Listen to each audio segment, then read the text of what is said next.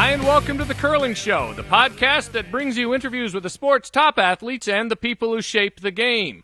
I'm Dean Gemmel, and in this edition, we talk to the chairman of the 2007 Hamilton Brier Committee, Dwayne Pyper. Hey, Dwayne Pyper, 2000 Brier competitor, 2007 Tim Hortons Brier Committee chairman. Welcome to the show. Well, thanks, Dean. Hey, I want to start with your experience at the 2000 Brier and how that shaped your desire to bring a Brier back to Hamilton for the first time since 1991.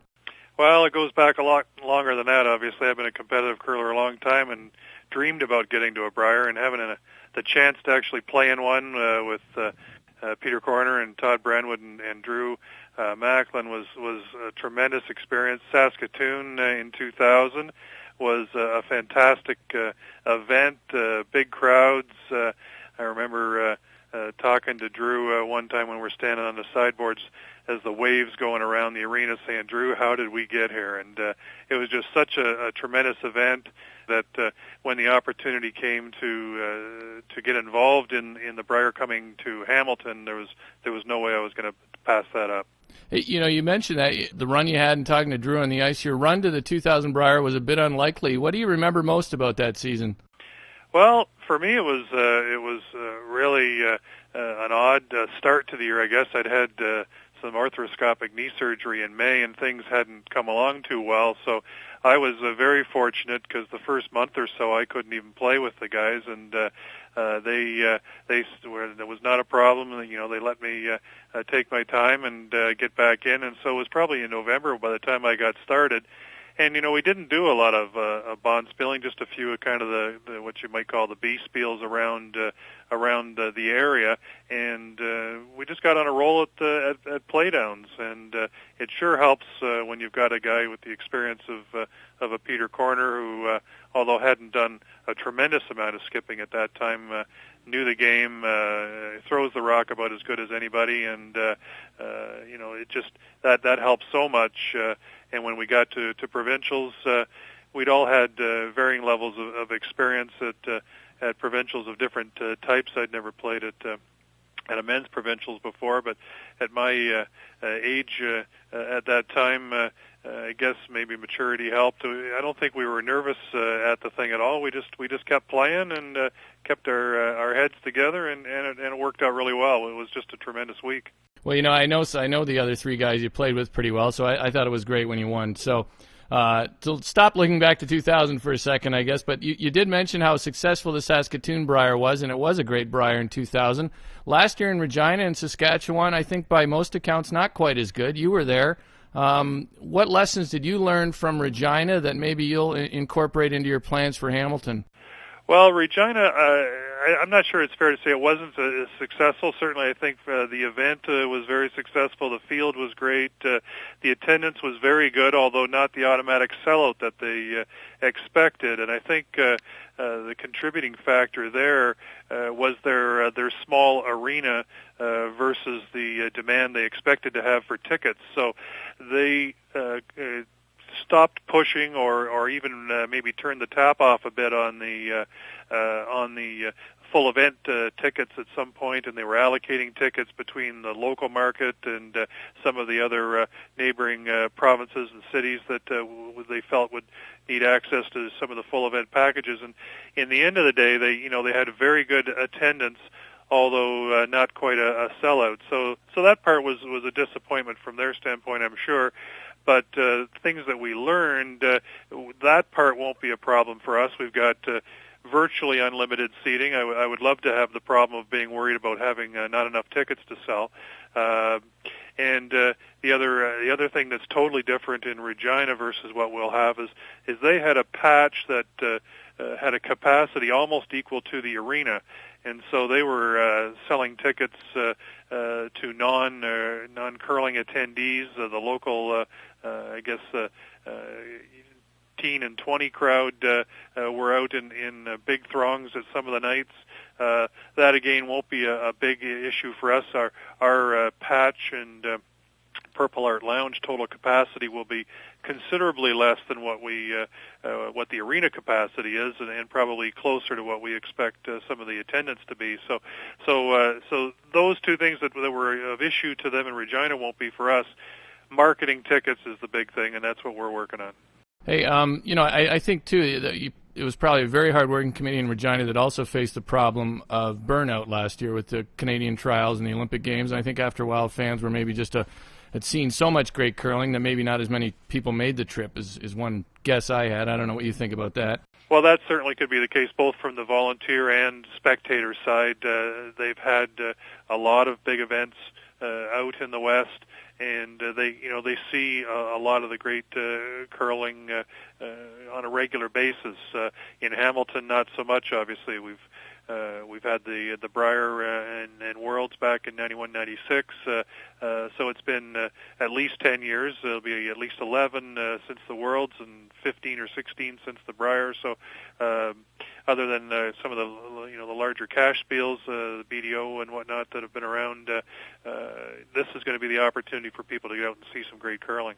I know Hamilton well. I grew up in the Golden Horseshoe area in Niagara Falls, and I like the city, appreciate its character, but if we're really honest about it, it's probably not in the top 5 of Canadian cities for other Canadians to visit. What would you tell people to combat misperceptions about Hamilton? Well, Hamilton is, you're right, from a natural resource. It's not a Vancouver. It doesn't maybe have some of the amenities of a Toronto and or some of the East Coast cities that are great for natural tourism, I suppose. But Hamilton is still a first-class Canadian city in terms of amenities, hotels, so accommodations, transportation, all of those things will be well in place to handle the people. And then we've got some advantages that other cities don't have.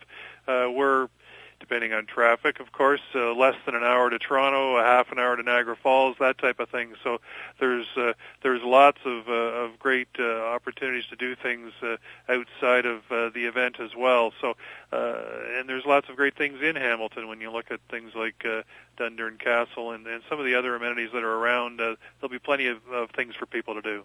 Hey, you talk about the proximity to Toronto. It is very close to Toronto. And I see on the website that you have a person dedicated to Toronto media relations. Now, Toronto's a tough nut to crack for sports media. Besides being consistent and persistent, do you have any big ideas for how to get the Toronto sports media to treat the Brier like the major event that it is? Well, that's something that we are working on. And I can't say that I've got anything concrete to give you on that one yet. We're still working on our various promotional campaigns that'll be launched in full earnest in September. So our people are busy working at some of those programs.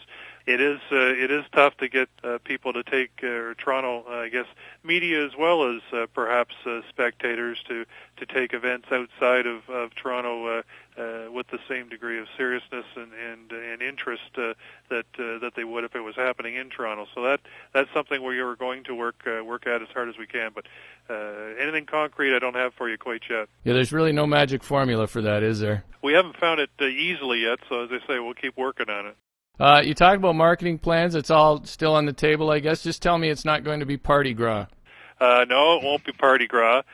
And we've got the Golden Touch as our theme and slogan, and that's a play on the Golden Horseshoe, of course. And also, it's an indication as how we intend to deal with and assist our spectators and the competitors and media and everybody that attends the event. We intend to put on a first-class event that everyone will come away from feeling that they were glad that they attended and that the volunteers were there when they needed them to assist, and we expect people to come away with feeling like they've had a great week. What's going to be the website URL? Will it be just timhortonsbrier.ca will get you there? That'll get you there, and then they've got, of course, on the website the links, the drop-down box, and the links to the various events. So that's the easiest way to get to our event. Yeah.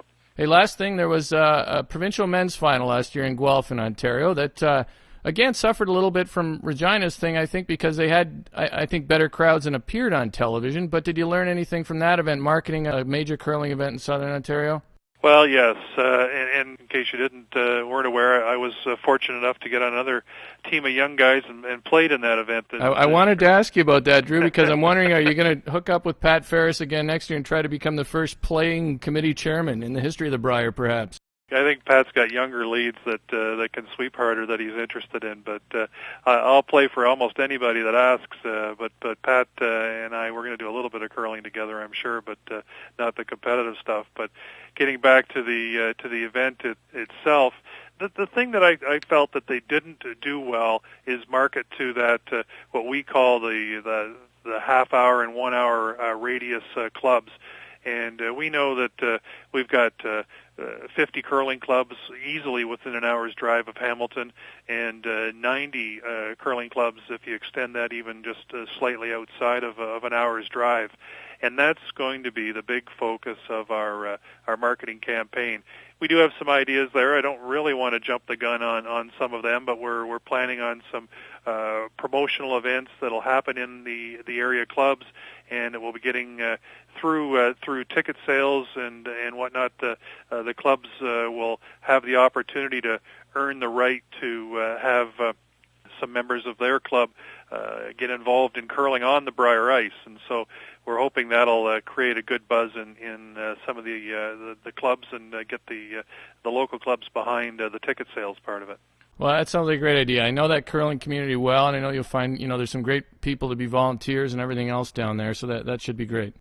The big positive, of course, was that London, with the Tournament of Hearts last year, had excellent attendance, and we were out, of course, in full force there. And I got a chance to spend some time with their chairman, Peter Inch, and they did a lot of great things to pull that all together. And we've taken some of those ideas and we'll be putting them into place. So yeah, that event was a big success last year, wasn't it? Certainly was. Yes, over 100,000 spectators, which for a Tournament of Hearts is a tremendous response from the community. And so we hope that rather than taking away from what we're doing in Hamilton this coming year, that'll just build momentum, and people will want more of the same and be interested in coming out to see the Brier. I know you probably don't like this question, but what is your attendance goal for the Brier next year? Well, our theme song alludes to 200,000 spectators. I'd sure love to put that many in there. That by far would be far and away above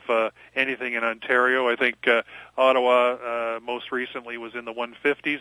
So our first goal, if I can go back to the Jerry Lewis telethon idea, is one more person than Ottawa had. And once we've got that, I'd still like to hit that magic 200,000 mark. What were the 91 numbers? Well, 91 was about, roughly speaking, 88,000. Of course, in 91, they did it a little differently. They ran with 6 sheets of ice and no morning draws. So that cuts out 1/3 of your spectators right there. So if you translate the 88, you're probably up into about the 120 range, just on a pro rata basis for the number of draws we have. And we feel that the growth in curling between 91 and 2007 should easily translate into significantly more than that 120,000. So that's why we think the 160 at least to top Ottawa should be very doable, and then try to go beyond that. I was at the 91 Brier as a spectator, and I seem to remember Copps Coliseum as being a great venue for curling. People outside the area probably don't realize that. I think it was originally built to try to lure an NHL team to Hamilton, so it's a real first-class facility. Oh, the arena is absolutely first class. We've done many of our site surveys, and we're looking at different things. We've got the box seats there now that we're able to utilize as well. But the sight lines, the arena floor is absolutely one of the best, and so that will make for great ice and great curling. You don't have great curling without good facilities, both ice and rocks, and we already know we've got great the potential for great ice. Okay, Dwayne, we end with the run back here, where I give you a topic and you give me your thoughts on it in 1 to 3 words. All right, I'll see if I can keep it to 1 to 3 words. All right, well, I'm pretty lax on that. So. Okay. But the first 2 are really, I'm greasing the skids for your sponsors here. So, favorite Tim Hortons donut? The double chocolate. A double-double or something else? I'm not a coffee drinker, so an apple juice. Oh, gosh. All right, current location of your own Purple Heart? In my closet. Still on the jacket. Still on the jacket? Yeah. All right. Bring one of these days. The chances of the curling show house band Black Pudding playing in the Brier Patch? You send it on to Roger Powell, and there's a good chance. Okay, your favorite memory from the 2000 Brier? The spectators. And if someone is in Hamilton for the whole week, the best thing to do on the one afternoon when they just can't watch any more curling? Head to the Patch. The Patch? You're not even going to let them get out of the arena area, over to the convention center. Yeah. All right, hey, thanks for your time, Dwayne. It's great to see a player working as a builder, and we enjoyed talking with you. Good luck with all the preparations for next year. Thanks very much, Dean. Much appreciated. That's Dwayne Pyper on The Curling Show. Thanks for listening. And here's the band that I think should have a gig in the Brier Patch next year, Black Pudding.